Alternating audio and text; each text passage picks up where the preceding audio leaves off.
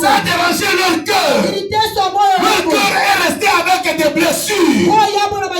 Quelqu'un qui peut marcher comme ça. Quelqu'un qui peut rigoler. Il est en train de rire, c'est parce qu'il est au milieu des gens. Mais quand il va se retrouver à lui seul, c'est une personne qui va pleurer. C'est une personne qui a des pleurs. Sababu ya maévénement fulani. Sababu ya mambo fulani. Pour des problèmes passés. Ce qui est arrivé dans sa vie. Jacob est blessé. Jacob était blessé. Il y a de ces jours. La nervosité dans leur tête. Il y a de mauvaises réponses. Ce n'est pas leur caractère. C'est suite au choc qu'ils ont reçu dans leur cœur. Si quelqu'un subit des blessures intérieures, si quelqu'un subit beaucoup de blessures, ça peut changer le caractère de cette personne. Ça peut être une personne devenue nerveuse. Il y a des gens qui ont changé leur caractère. Il y a des gens qui ont changé leur comportement. Parce qu'ils ont subi des blessures intérieures. Il y a des gens qui étaient blessés. Il a changé l'attitude des gens. Je vous ai dit ceci. Quelqu'un qui blesse les autres,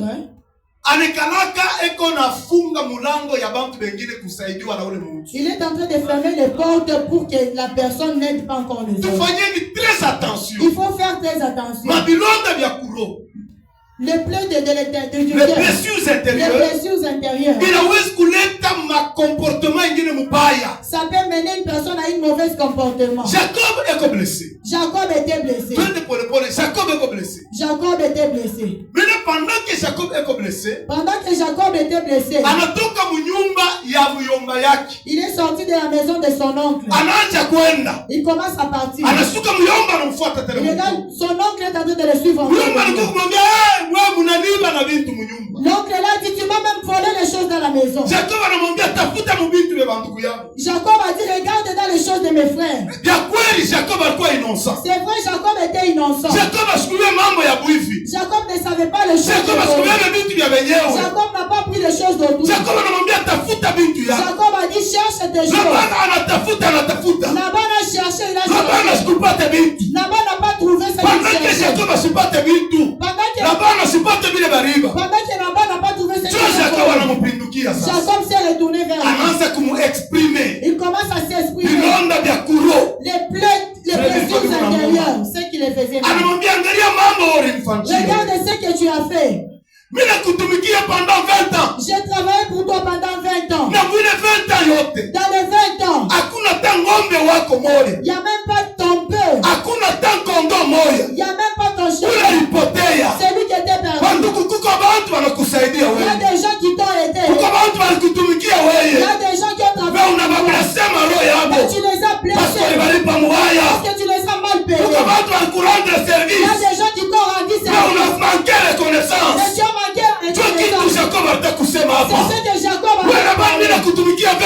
Là-bas, j'ai travaillé pour toi. Mais tu as manqué même la reconnaissance. Malgré des souffrances.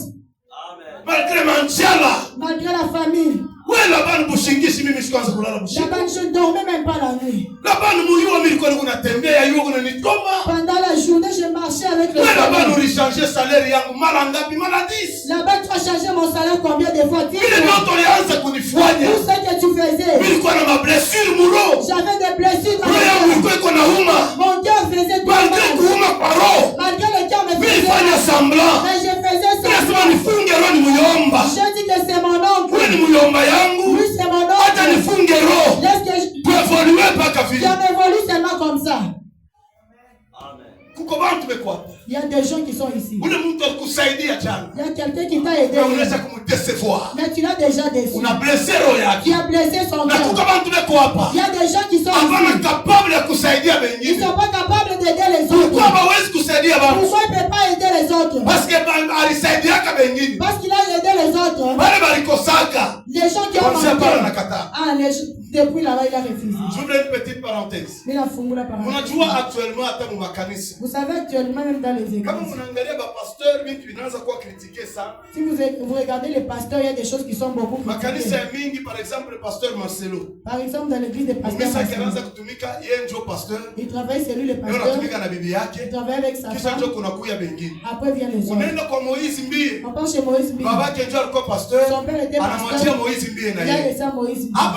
Pasteur Mukuna acha kutuma mtoto wake na yakafunde masomo. Mtoto akishe choma kama mkonsacre representant wa Afrika. Kama unaangalia makanisa ingine, baba balianza kutumika na batoto yabo, bego natumika na batoto. Il y avait des parents qui travaillaient avec leurs enfants. Biko na conséquences ni nini? Il y a beaucoup de conséquences. Tellement que ba pasteur balikuya blessé et déçu. Tellement que les pasteurs ont été déçus. Parmi les bantu bali bashunguluka. Parmi les gens qui les ont enterrés. Ule mtu anaweka confiance. C'est lui qui a mis la confiance. Kuni jo traite ona muwa. C'est lui le Ule mtu anawazia bien bien. C'est lui qui est en train de Kuni jo mtu atamublesse. C'est lui qui. Alors ba onde Dieu banasema pana. Kuni tutumika mchebanjani. Que nous travaillons mchebanjani. Anaanza kutumika vile. Comment ça travaille? Ipa kidogo anaangalia pa poste wanaweka mtu fulani. Il regarde là-bas la poste. Oh ba pasteur mashiko. Non. Beko na boka ya bilonda vya kuroho. Ils ont peur des blessures. Banaanza kublesser sana. On les a beaucoup blessés. Sikia nikwambie wewe kupata. Écoute, je vais te dire. Kama mtu alikurendre service. Si quelqu'un t'a rendu service. Kama mtu alikutumikia. Si quelqu'un travaille. Kama mtu alikupatia kitu. Si quelqu'un t'a donné hapana sumisha roho yake. Il faut pas faire mal au cœur. Kwa mtu weko reconnaissant. Il faut être reconnaissant. Hapana kumisha roho ya ule Mungu. Il faut pas blesser cette personne. Kwa bantu namsaidia. Il y a quelqu'un qui va atona mkongosha makuta. Même si tu le donnes l'argent. Astaripa. Il va pas payer. Kama unaanza kumfuata. Si tu commences à les suivre. Atakwambia njoo makuta kanini. Il va te dire c'est quoi cet argent. Est-ce que moi je vais ça? Mais quand il avait mangé, tu l'avais aidé. Ile mambo. Ces choses. Inaweza kublesser roho ya ule Mungu. Ça blesse le cœur. Siku ingine sitasaidia kanini. Un jour il va pas aider l'autre. Pourquoi? Parce qu'on a blessure intérieure. Parce qu'il a les blessures intérieures. Ya ule milisaidiaka. C'est celui qui l'a aidé. Il m'a manqué le respect. Mtu moya. Une personne. Kama una blesser roho ya mwingine. Si tu blesses l'autre, il y a possibilité ufungie wengine milango. Il y a possibilité que tu fermes aux autres la porte. Allô. Amen. Kuko bantu atapali unasema. Il y a des gens même quand alikala na basemeki. Il était avec la belle famille. Basemeki bali mulanjia mambo ya bongo. La belle famille. Basemeki bali mwakise ya bongo. Basemeki bakukua reconnaissant na mambo ya. Il était reconnaissant. Chiko aliachana nabo. Les choses qu'il a quitté. Ataba namwambia utabeba kwa mloko wangu. Même sur le dit tu vas faire non. Tu calmes tout. Qu'on reste c'est. J'ai refusé. Et qu'on a blessure courant. Il a les blessures intérieures. Les blessures intérieures. Il y a beaucoup de gens qui ont des blessures. Il y a quelqu'un qui a travaillé. Son boss ne l'a pas bien payé. Si le boss ne l'a pas bien payé, il ferme les portes. Il y a des boss qui sont libanais. Salaire à $80. Le salaire est à $80. On paye $80. Cette personne comprend $80. C'est lui le caissier. Il a compté des millions. Le cœur fait mal. C'est qui a fait. Et c'est qu'on le cœur fait mal.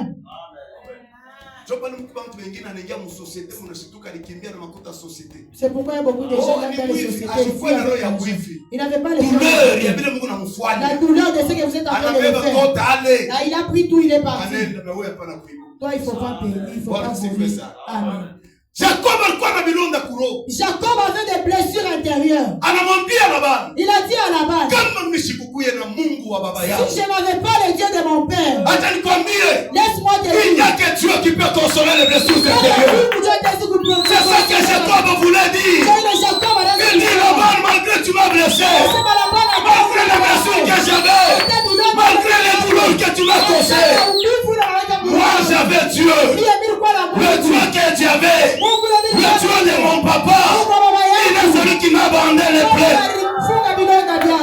C'est celui qui m'a consolé. Laisse-moi dire à une personne, il n'y a que Dieu qui peut consoler tes plaies. Il n'y a que Dieu qui peut consoler ton cœur. Ils ont beaucoup de problèmes. Il a dit, je dirai à qui? Je dirai à qui? C'est des personnes à qui? Il commence à faire. Aujourd'hui, je te dis. qui peut consoler le cœur. Écoute-moi, ton cœur a déjà gardé beaucoup de souvenirs. Je vous ai dit, je suis allé épouser une femme. J'ai donné la dot. La dada m'a refusé. Au mois d'octobre. Au mois d'octobre. Ah, on m'a rejeté. C'était à 13h. 36 minutes. 36 minutes. Il y avait une elle m'a déçu. Même aujourd'hui, je n'ai pas oublié ses problèmes. Ah, les blessures intérieures. Afin que les autres soient des victimes de mon comportement. Parce qu'elle, elle m'a déçu. Il y a beaucoup de un homme l'a fait l'aventure. Les blessures qui est dans même si tu es venu pour l'épouser, je vais te dire à vous les hommes, vous êtes tellement comme ça. Vous les hommes, vous êtes tellement comme ça. C'est pourquoi dans son cœur, il y a des blessures. Amen. Imaginez, je peux parler ça. Je ne peux jamais prêter à une personne l'argent. J'ai dit dans mon église, je ne vais pas prêter l'argent. Même si tu pleures, je vais prier. Mais l'argent, non, je n'ai pas confiance. Un jour, j'ai dit ça. J'ai vu les bergers. Papa, tu as mal dit. Tu n'as pas confiance en lui. Dans les problèmes d'argent. Papa a dit non. Lui, c'est ma prince. C'est suite aux blessures. Les gens que tu as aidés, tu l'as donné l'argent pour te remettre. C'est devenu un problème. Tu commences à marcher avec des blessures. L'autre, s'il vient, tu ne vas plus l'aider. Parce que je suis déjà blessé. Amen. Je n'ai pas dit seulement pour toi. Peut-être toi aussi tu as aidé un frère. Toi aussi tu as aidé une soeur. Elle t'a déçu. Elle a mis les autres sont devenus des victimes. Alléluia. Amen. Amen. Amen. Ces choses que je te dis est vrai. Je ne peux même pas. Moi j'ai juré, mais c'est ma panne, mais je t'avoue. Est-ce que je vous dis vrai? Il est bien, mais je sais pas.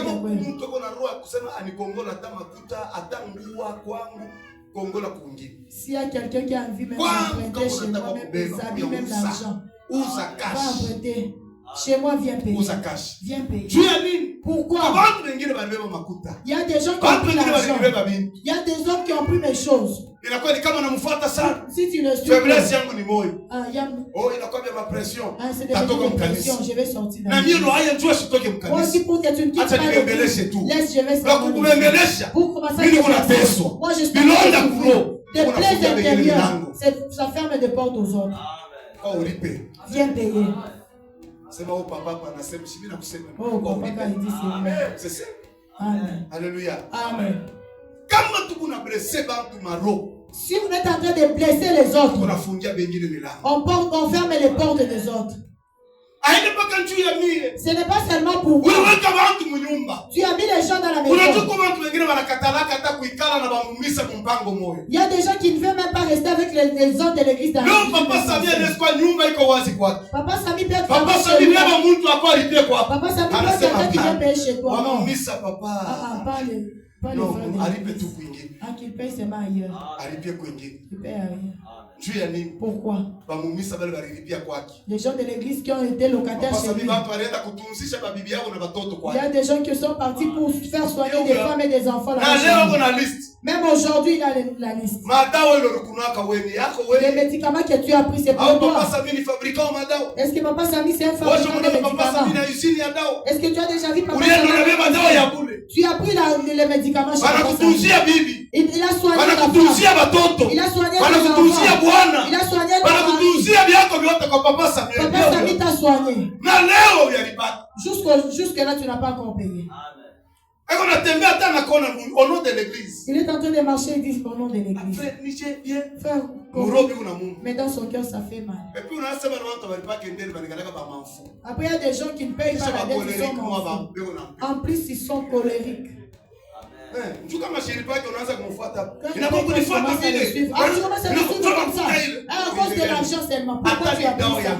Même si c'est le médicament de 1000 francs, c'est son travail. Le fait qu'il est blessé, le fait qu'il est blessé, une autre personne peut être malade. Qui va les soigner? Qui va les réanimer? Papa Samuel là-bas. Achetez les dipyrone. C'est combien? 200 francs. Si c'est 200 Papa francs. Samuel, Papa Samuel, tu n'as pas chez toi. Mon dépôt, je ne pense pas. Mais pourquoi? Parce qu'il est blessé. Si je fais, on ne va pas me payer. Je vais entrer dans des problèmes. Des problèmes, des blessures dans le cœur. Ça change le comportement des gens. Ça change le caractère des gens. Amen. Il y a d'autres cœurs. Ça vient du blessure. C'est que toi tu as fait. C'est ça qui a changé le caractère. C'est qu'on t'a fait à toi. C'est ça qui te fait mal. On fait un effort. Des blessures intérieures. Jésus savait. Dieu a dit. Je suis venu pour guérir les cœurs brisés. Les gens qui ont les Jésus, je suis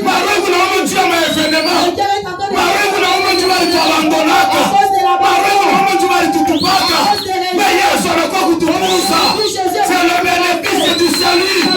Lorsque quelqu'un est sauvé, le corps blessé est guéri. Ton père ou ta mère baba yako n'a pas pu te guérir. Asiweze kukutunza. Moi j'ai déjà vu à Kasai. On est en train de faire à Dada.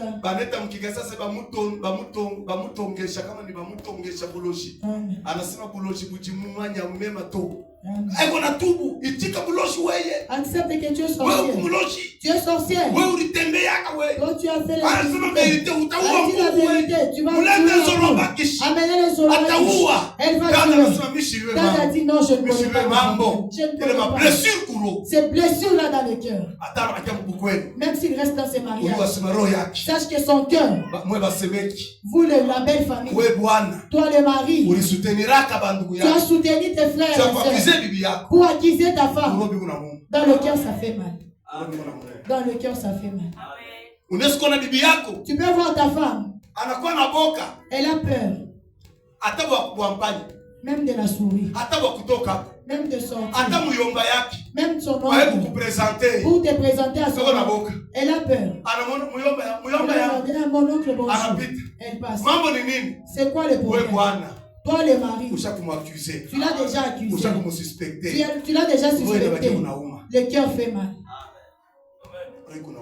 Le cœur fait mal. Alléluia. Amen. Amen. Jésus est venu pour nous soigner. Chaque jour, tu dis toujours à l'enfant qu'il vole. Même s'il ne vole pas. Elle peut arriver chez lui. Pour entrer seulement dans la maison. Elle a peur. Si j'entre, on va dire que j'ai volé. Vous savez les gens qui sont blessés. Tout à l'heure, ma catégorie. Première catégorie des gens qui sont plus blessés. Ce sont des gens qui ont perdu les parents pendant qu'ils avaient donc les parents très tôt. Alléluia. Amen. Voilà les gens qui ont perdu les parents. Son père et sa mère sont morts. Il avait quel âge? Il avait peut-être 8 ans. Il avait 12 ans. Il a vu comment on pleurait son père. Le cœur fait mal. Maintenant quand il reste chez son oncle ou chez sa soeur, tout ce qui se passe de mal, l'accusé, c'est seulement lui. S'il est en train de grandir, une humeur très compliquée. Ce sont des enfants qui développent les humeurs très compliquées. Il est dans la maison, il n'est pas joyeux. Même la télécommande, il ne va pas toucher. Si on a mis les dessins, les yeux sont seulement fixés à la télécommande. Il n'a pas le droit de toucher même à la télécommande. Même si on est en train de manger avec beaucoup de sel. Même si on est en train de mauvais nourriture. Il mange tout. Il est en train de se consoler. Dieu anime. Parce que je suis déjà blessé. Dieu mis coup déjà. Dans son cœur, il a dit si j'avais mes parents, si mon père était là, vous avez les enfants il ne faut pas les blesser. Éviter ma blessure. Éviter les blessures. Quelqu'un qui a déjà perdu ses parents. Il y a une forte douleur. Pour votre petite information, lorsque tu vas t'engager à épouser une fille qui a perdu les parents trop tôt. Une fille qui était aimée par son père, et le père est parti. Le choc qui est resté au cœur, quand la fille va commencer à grandir, et que vous, hommes, vous épousez une telle fille, soyez un homme fort, capable de travailler le cœur de cette fille-là. Parce qu'en elle, on a choc mon foulard. Il y a tout ce qu'on va faire. Il y a c'est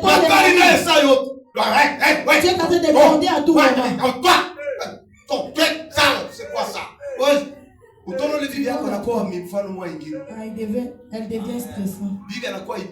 Elle devient hypocrite. Elle a peur. Ma blessure les blessures dans le cœur. Tu grondes même là où il ne faut pas gronder.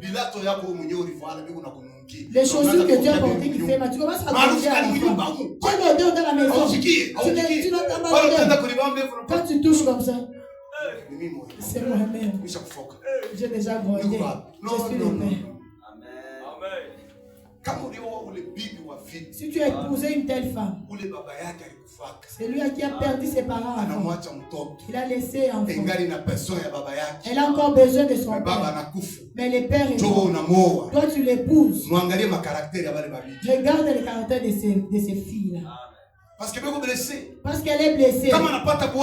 Si elle trouve un mari dans son cœur, elle a besoin de compenser une blessure. Puisse compenser ses blessures. Que le mari soit capable de découvrir le trou que le père a laissé. Mais oui, ça oui. Mais toi, mon restaurant, tu vas pas dans les restaurants, tu payes toujours les ça fait quoi? Restaurant. Restaurant. Non. Première catégorie. Deuxième catégorie. Des personnes blessées. Ce sont les personnes qui ont été accusées faussement. Alléluia. Amen. Une personne qu'on a accusée faussement. Dans une affaire. Dans un problème surgit. On commence à accuser une personne. Ah non, c'est toi.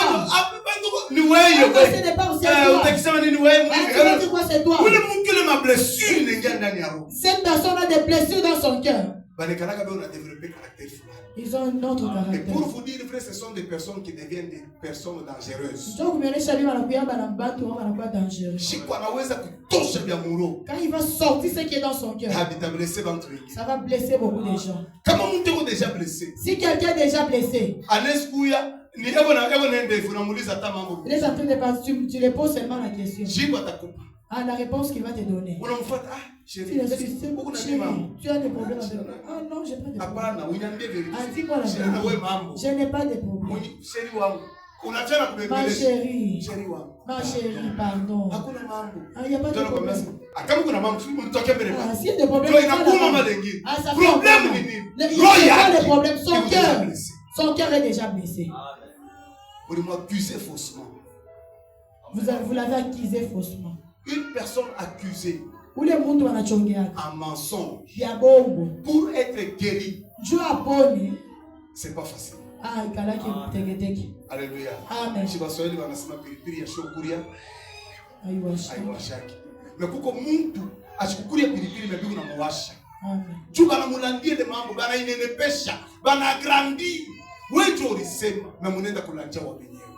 Ule mnalanjia roho yake. Son cœur. Roho yake. Son cœur. Unauma chini. Son cœur fait mal. J'ai dit ceci. Les mamans que vous voyez ici. Les mamans disent amen. Ah, ce sont les mamans à applaudir tous les jours. Nos femmes ont beaucoup de blessures. Les autres manquent comment exprimer. Surtout si tu trouves un papa de Kikasai comme papa Léon.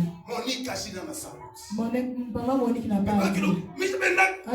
Moi je n'ai pas. Papa Léon c'est quoi?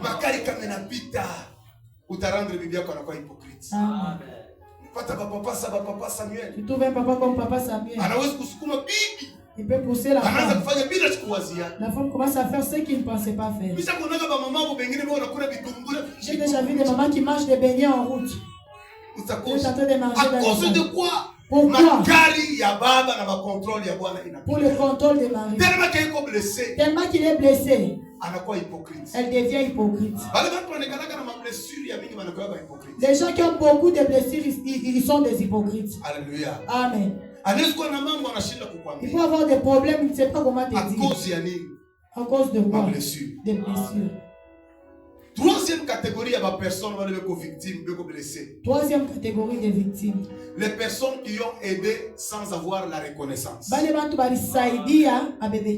Alléluia. Amen.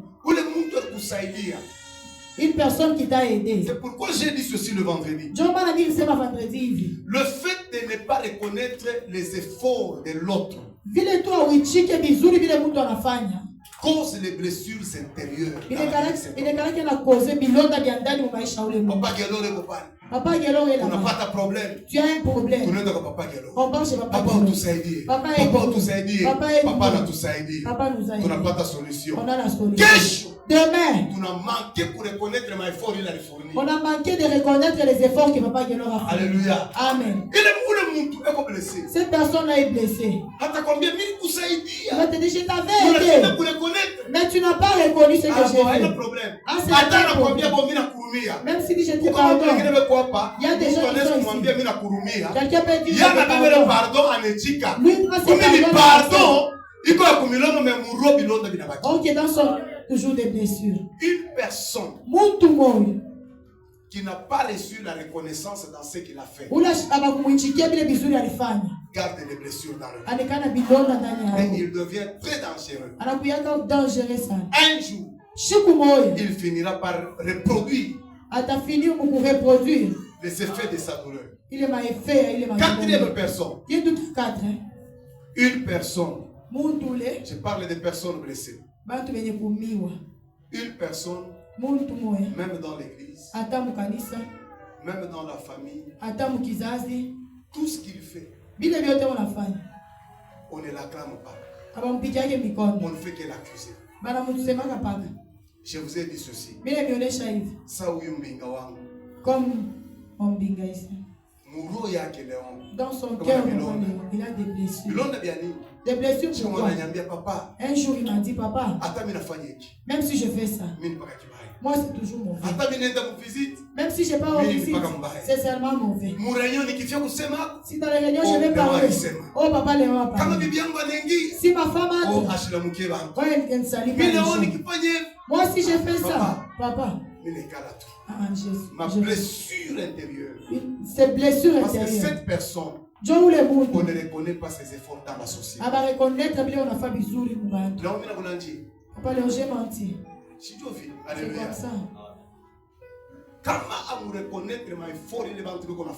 Si vous ne reconnaissez pas les efforts que les gens sont en train de fournir,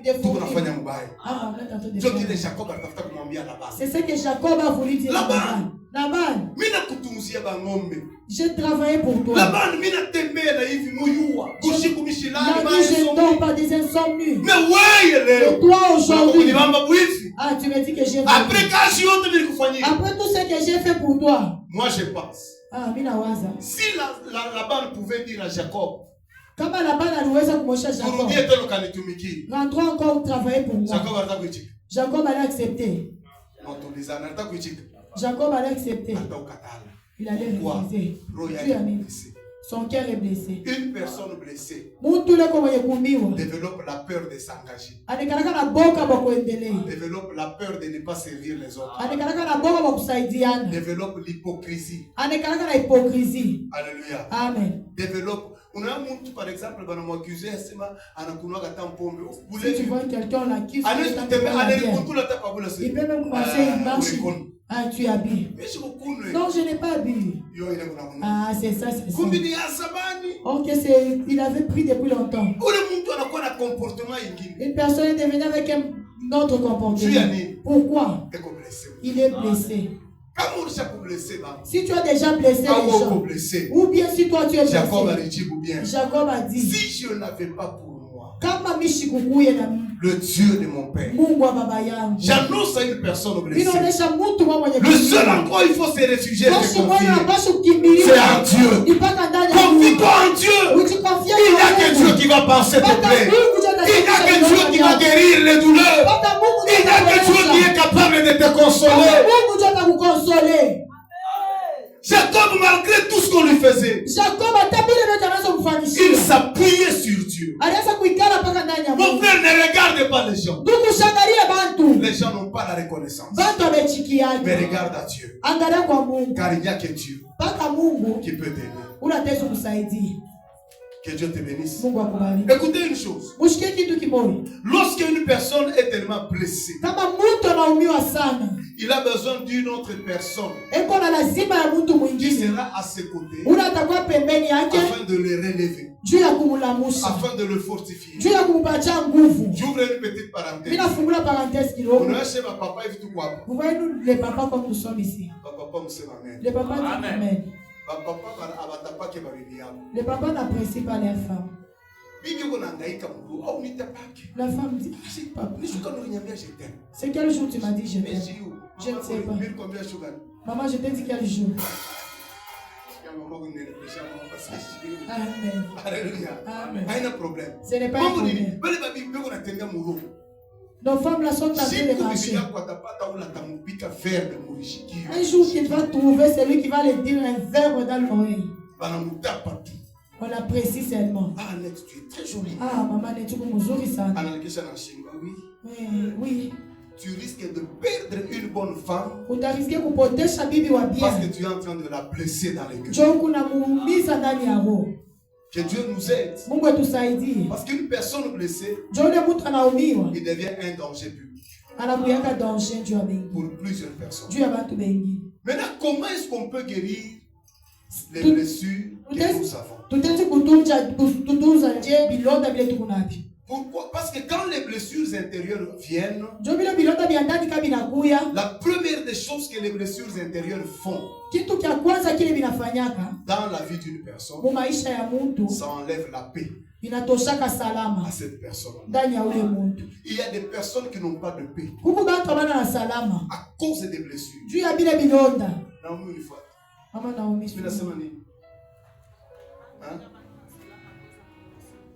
Il y a des gens qui ont manqué la paix à cause des blessures.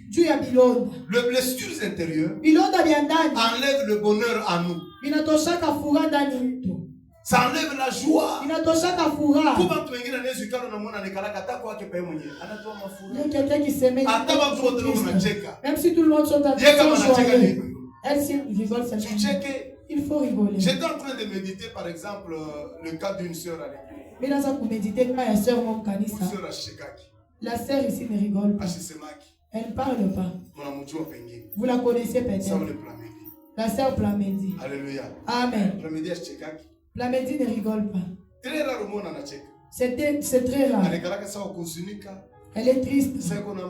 Comme si elle a des problèmes. Quand je méditais sur elle, je me suis dit à moi-même que non, je suis en tort. Parce que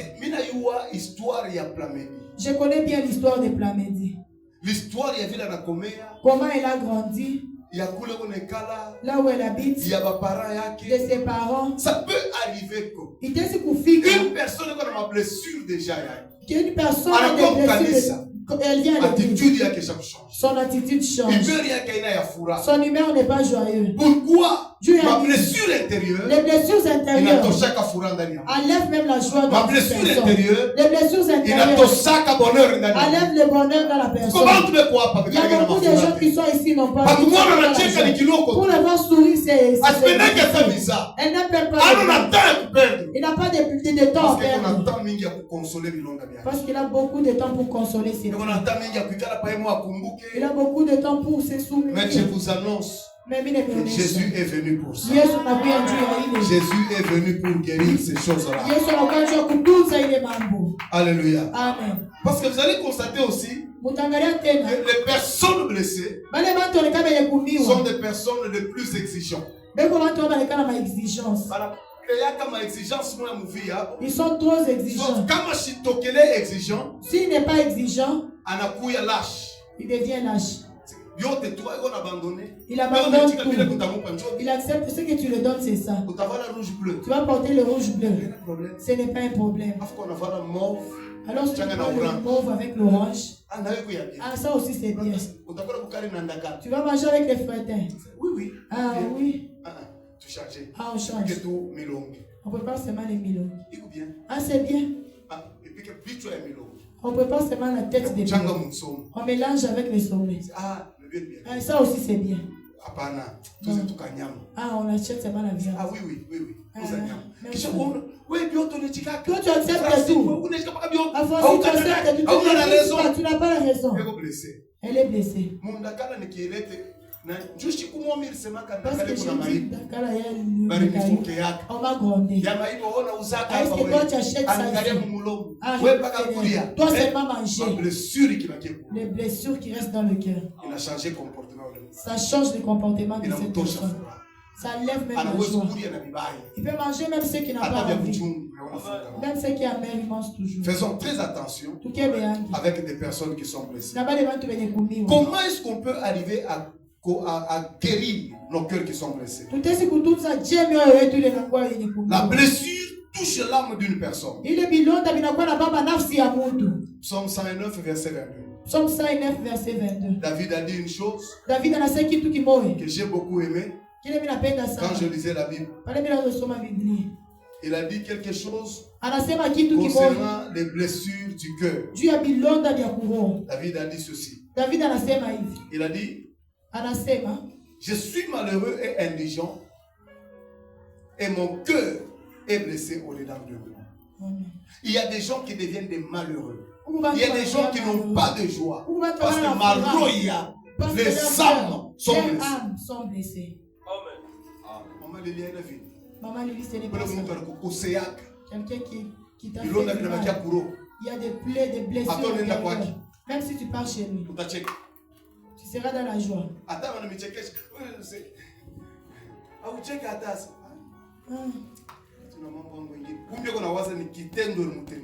Amen. Faisons un effort pour guérir les cœurs qui sont blessés. Amen. Tout à fait un verset pour la guérison. On va lire un verset pour la guérison. Luc.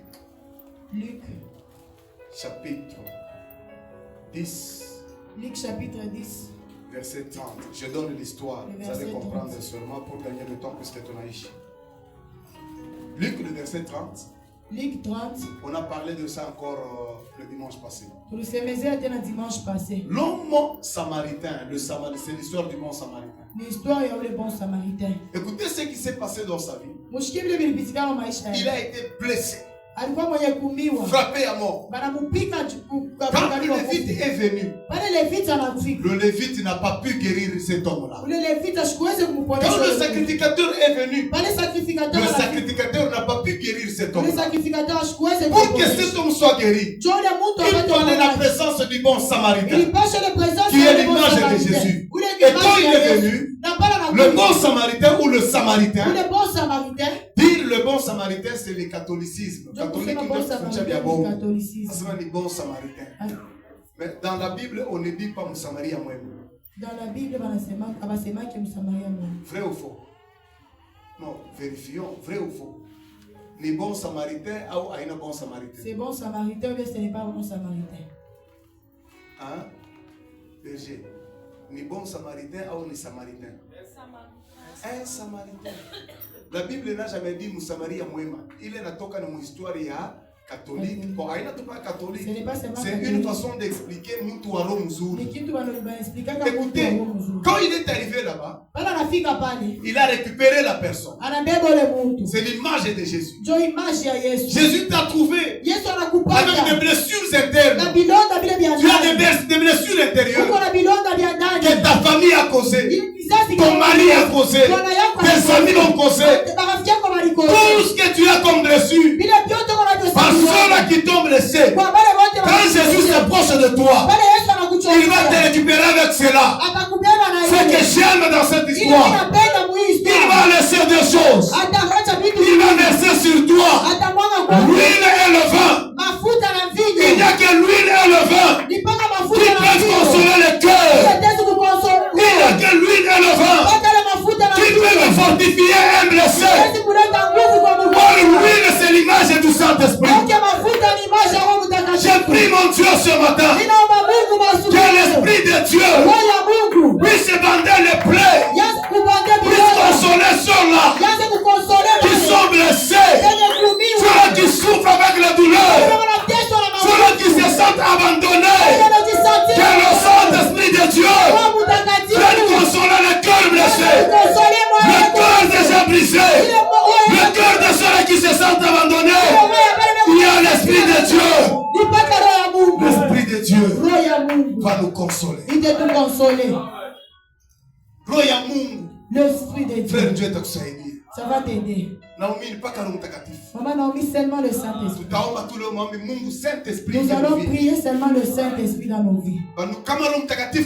Si le Saint-Esprit est là, parce que Jésus a compris le rôle du Saint-Esprit. Jésus l'a appelé le consolateur. Quand il viendra, il consolera le cœur brisé. Il va consoler les blessures internes. Jésus est venu. Il t'a récupéré par le salut. Tu as cru en Jésus-Christ. Tu es déjà sauvé. Mais il ne peut pas te laisser comme ça. Il va libérer son esprit. Il va libérer son onction. Et cet esprit en toi, parce qu'il va te consoler. Quand tu te sentiras seul, l'Esprit de Dieu est en toi. Il va te dire, prends courage, Alpha. Moi, Dieu, je suis avec toi. Quand tu vas sentir ma chose, il n'attaque pas. Le Saint-Esprit te dira, prends courage. Jésus t'aime. Jésus t'a déjà sauvé. Quand tu vas voir tout le monde t'abandonner, l'Esprit de Dieu te dira, Dieu marche avec toi. Et il ne t'abandonnera jamais. Le Saint-Esprit, c'est le bon consolateur. Le Saint-Esprit il t'a consolé ma va consoler nos cœurs. C'est pourquoi lorsqu'on donnait le Saint-Esprit, j'ouvre une petite parenthèse. L'huile, répandre l'huile sur quelqu'un. Par exemple, sur la tête d'une personne. Lorsqu'on oignait la tête d'une personne, c'était le symbole. Premier symbolisme de l'huile sur la tête de quelqu'un.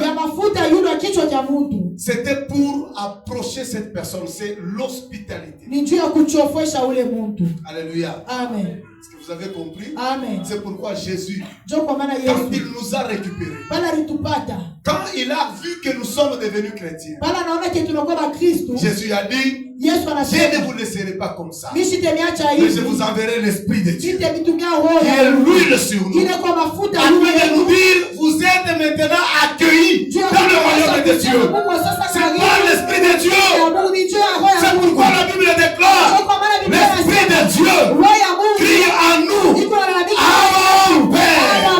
Nous témoigne que nous sommes les fils de Dieu. L'Esprit de Dieu nous a fait adopter à Dieu. C'est l'esprit d'adoption. À cause du Saint-Esprit, Dieu nous a adoptés. Nous lui appartenons. Nous sommes ses enfants. C'est pourquoi Jésus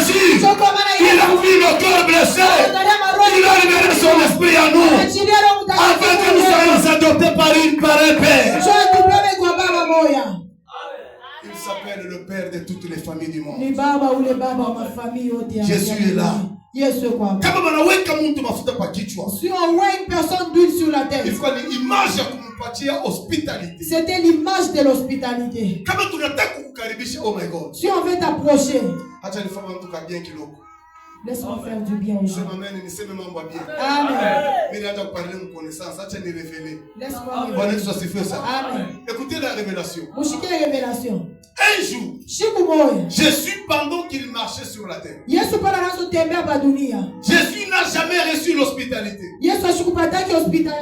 Pendant que Jésus circulait, pendant que Jésus marchait, Jésus est arrivé à un endroit. Une femme qu'on appelle la femme cananéenne.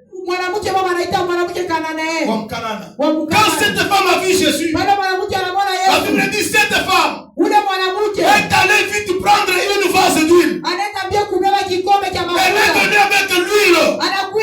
Elle a répandu sur Jésus-Christ. Comme pour dire à Jésus, je t'accepte chez moi. C'est à partir de cette jour-là, de cette journée-là plutôt, que le Dieu Jésus-Christ est devenu le Dieu des nations. Parce que l'huile avait été répandue sur sa tête. Il a été accepté. Il a été reçu chez les nations. Il est le Dieu des nations. Parce que cette femme a répandu l'huile. Je ferme la parenthèse. L'huile symbolisait encore le rafraîchissement du cerveau. Alléluia. Amen.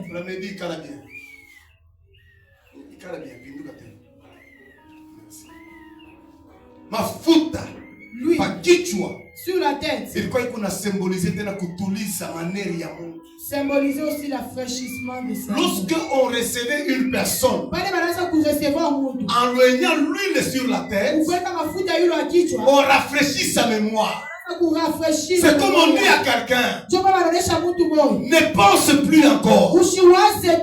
Ne sois pas surchargé dans ta tête. Parce que tu as reçu l'huile.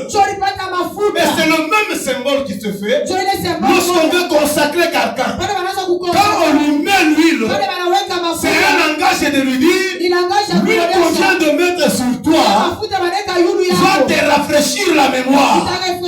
Parce que tu vas commencer une nouvelle vie. Bien aimé, l'huile nous donne le repos dans les nerfs. Tu avais les nerfs tendus. Mais l'huile sera sur toi. L'huile encore était là pour bander les plaies. Ça adoucissait les plaies. Ça cicatrisait les plaies. Quand on mettait l'huile sur quelqu'un, cette huile-là était en train de traiter les plaies. La personne qui avait des blessures, ces blessures-là cicatrisaient à cause de l'huile. Il y a l'onction du Saint-Esprit qui va cicatriser les plaies d'une personne. Dans ton cœur, il y a des blessures. Dans ta tête, il y a beaucoup de pensées. Mais l'Esprit de Dieu va te consoler. Il va cicatriser toutes ces plaies-là. Et tu te verras vraiment cicatrisé, consolé, fortifié. Ésaïe chapitre 1er verset 6. Ésaïe 1er verset 6. C'est ça qui nous parle sur l'huile qui cicatrise les plaies. Luc chapitre 7 verset 44 à 46. Luc 7 44 à 46. Nous parle de l'huile comme l'hospitalité. Je vais terminer avec l'huile encore. Je parle de l'huile. Ésaïe chapitre 10 verset 27. Ésaïe 10 le verset 27. L'huile était en train de libérer quelqu'un de l'esclavagisme. C'est pourquoi la Bible dit dans Ésaïe chapitre 10 verset 27, la Bible dit ceci: à cause de la graisse, mafuta, les jougs vont se briser, les chaînes se brisent quand il y a l'huile. Je dis à une personne, à cause de l'huile, tu ne seras plus esclave. À cause de l'huile, tu seras libéré. À cause de l'huile, Souvenez-vous d'une femme. Dans le livre de 2 Rois. Chapitre 4. Chapitre 4. La Bible dit qu'il y avait une femme qui était la femme d'un serviteur de Dieu. Le mari était mort. Après la mort de son mari, le mari avait laissé une dette. Le créancier est venu pour réclamer la dette. Mais mon ma dette. Ton mari est mort avec ma dette. Cette femme a répondu à cet homme. Je n'ai rien pour te payer. Et voilà ce que l'homme avait fait. L'homme est allé. Le monsieur a tiré les enfants de cette maman. Elle a pris les enfants de cette maman pour aller les faire les esclaves. Parce qu'à ce temps-là, qu'est-ce qui se faisait? Lorsque vous avez la dette d'une personne, vous n'êtes pas en mesure de payer. Vous pouvez travailler pour lui en devenant esclave jusqu'à l'expiation de la dette que vous aviez. Maintenant, l'homme, quand il a pris les enfants, cette femme a compris. Mes enfants seront esclaves. J'ai des blessures à moi. Mon mari est mort. On vient de me récupérer les enfants. Mon cœur est en train d'être blessé avant davantage. Qu'est-ce que je peux faire? L'homme est allé, la femme est allée. Elle est allée voir Élisée. Elle a dit, homme de Dieu, moi ta servante. Mon mari était un homme de Dieu. Quand il est mort, il avait une dette. Mais le créancier est venu récupérer mes enfants pour en faire des esclaves pour la dette de ce que les parents ont laissé. Je t'en supplie, homme de Dieu, fais quelque chose. L'homme de Dieu a dit, tu veux que je fasse quoi? La femme a dit, je ne sais pas. L'homme de Dieu a dit, qu'est-ce que tu as dans ta maison? La femme a dit, là, ta servante, il n'a qu'une petite bouteille d'huile comme ça. Mafuta, l'huile peut te libérer. La Bible dit quand tout temps tes vêtements soient blancs et que l'huile ne manque pas sur ta tête. Amen. Alléluia. Amen. C'est dans Ecclésiaste chapitre 9, si je ne m'abuse pas. Vérifiez bien. 9, 7. Chapitre 9, verset 7. Vérifiez. Avant d'écrire, il faut vérifier d'abord. La Bible dit quand tout temps tes vêtements soient blancs. Et que l'huile ne manque pas sur ta tête. Parce que l'huile va te libérer. Cette femme a vu comment ses enfants étaient délivrés. Les enfants étaient libérés à cause de l'huile qu'elle avait. L'homme de Dieu lui a dit, va vendre l'huile que tu as. Elle a pris l'huile. Elle met dans les bouteilles. Les bouteilles sont vides. L'homme de Dieu a dit, je vais parler là-bas d'une petite chose. Bien aimé, dans la vie, donnez-moi un amen. Dans la vie, il faut savoir soigner les relations. Si cette femme n'avait pas de bonnes relations avec les voisins, je crois que les enfants de cette femme allaient rester dans l'esclavagisme malgré l'huile qu'ils avaient. Tu peux avoir l'huile, mais cherche aussi de bonnes relations. Alléluia. Amen. Tu peux avoir l'onction. Trouve des bonnes relations. Là, j'ouvre une parenthèse que j'ai toujours dit. Surtout aux hommes de Dieu. L'onction n'exclut pas le bon caractère. Alléluia. Amen. Il y a des hommes de Dieu. Quand il se voit, il est prophète. Quand il se voit, il est pasteur. Il peut commencer à répondre à des gens très mal. Je suis pasteur. Attends, tu vas faire quoi? J'ai l'onction. Caractère mubaya inaweza kukuacha na onction na prophétie yako kwa kichwa. Ton mauvais caractère va te laisser avec ton onction et ta prophétie sur la tête. Tabia mubaya. Ton mauvais caractère, ça peut fermer les portes. C'est pourquoi il faut avoir des relations. Il faut travailler sur le caractère. Amen. Amen. Cette dame est allée demander les vases Elle a rempli. Jusqu'à ce que les bouteilles étaient finies. Quand tout était fini, elle est allée voir l'homme de Dieu. C'est un enseignement encore. Soyez des personnes reconnaissantes envers vos pères spirituels, envers vos pasteurs. Nous prenons vos âmes en garde. Nous prions pour vous. Nous dormons en parterre pour vous. Nous nous sacrifions pour vous. Mais vous n'êtes pas reconnaissants. Il y a des gens qui oublient ce que nous faisons. Mais ils sont capables de nous humilier. Tu as juré les pasteurs. Tu oublies les prières que les pasteurs.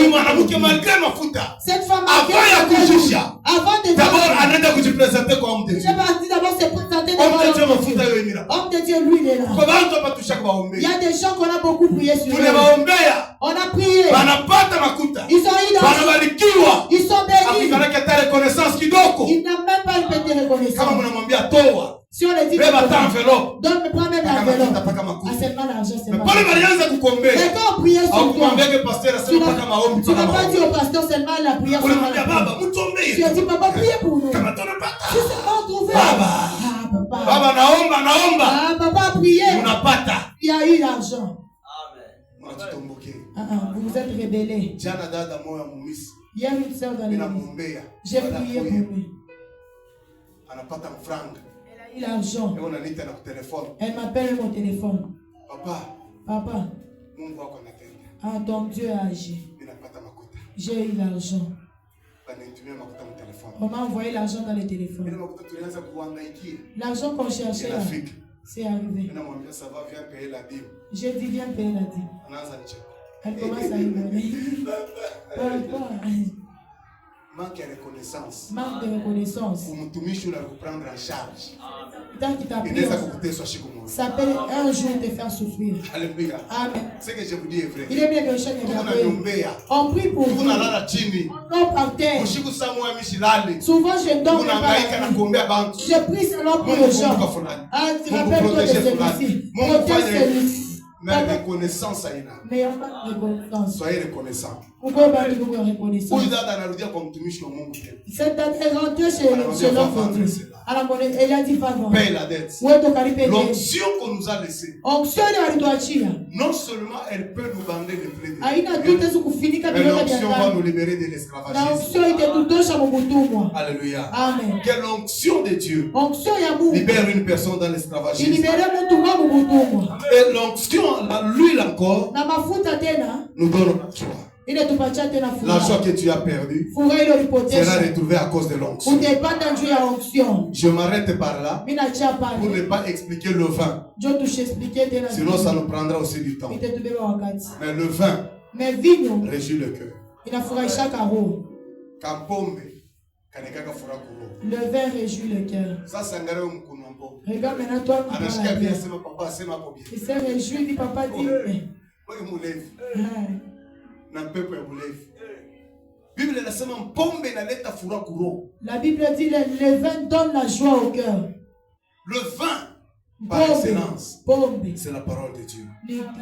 Lorsque quelqu'un écoute la parole de Dieu, ça nous fortifie, ça nous donne la joie, ça change notre façon de voir, ça change notre façon de marcher, ça change notre façon de nous comporter, parce qu'on a reçu le vin qui est la parole de Dieu.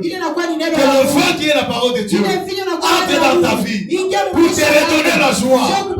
Celui qui a goûté à la parole, il verra d'une autre façon, il marchera d'une autre façon, il sera libéré. Quand les gens vont le voir, les gens diront cet homme est différent des autres. C'est parce qu'il a goûté au vin qui est la parole pour la consolation. Le cœur brisé, on nous a laissé la parole de Dieu. Le Saint-Esprit est la parole. Psaume 104, verset 15. Est-ce qu'il y a quelqu'un qui peut lire là-bas? 104, verset 15. Le vin réjouit le cœur de l'homme et fait plus que l'huile resplendit son visage. C'est mon pomme.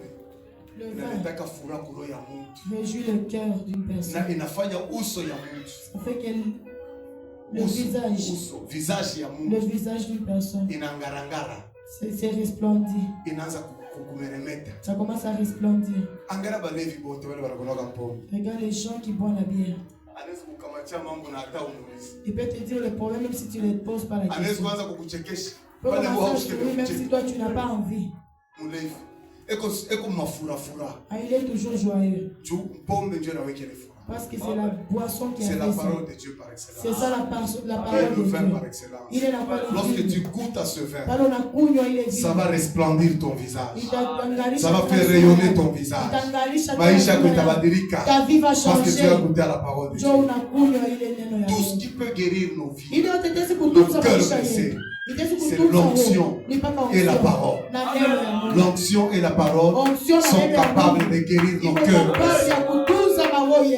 Mungu atunze roho yako. Que Dieu puisse. Mungu atunze roho yako. Amen. Alléluia. Amen. Mimi nasema Mungu atunze roho yako. Que Dieu guérisse ton cœur.